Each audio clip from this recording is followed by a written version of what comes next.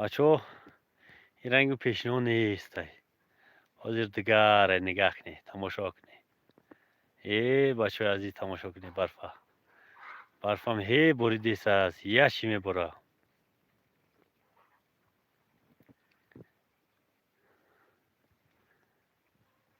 یار لایرون میگن لایرون. سنگوار. نگاه کنی اوضاع کاغور اگر شنیدیستی. علیکم السلام. بگ باخ خوبی تنجی. یک کاغور در نمیشه چریده استن.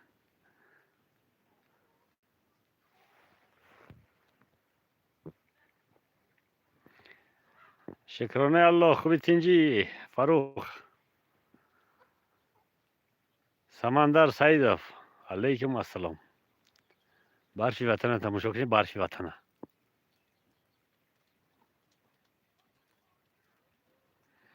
الهام علیکم السلام. یا چی میبره. برف باریده بود یگان زانو داشته بود.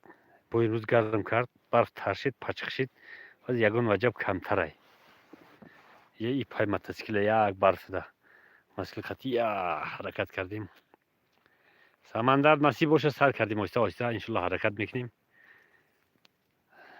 طرف های که دیگر جاره. رفتیم بلو کامera بردم. یگانشی ندیدم آخی. نه دیدم دورتر.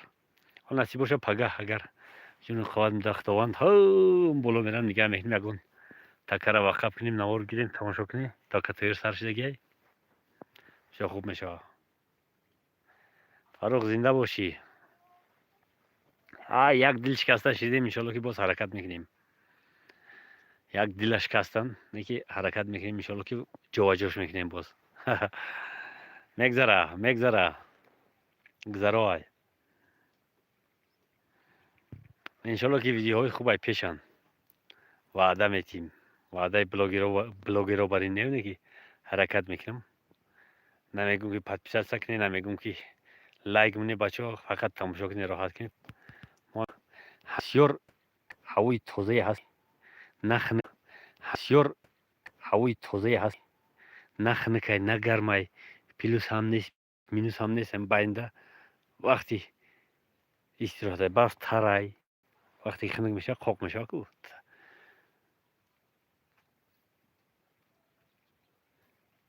امیر جان زنده باشی. بچه عزیز خیلی که اینترنت چسبیده ایستاده است و فیلم معقول نیست. برای همین قطعش میکنیم.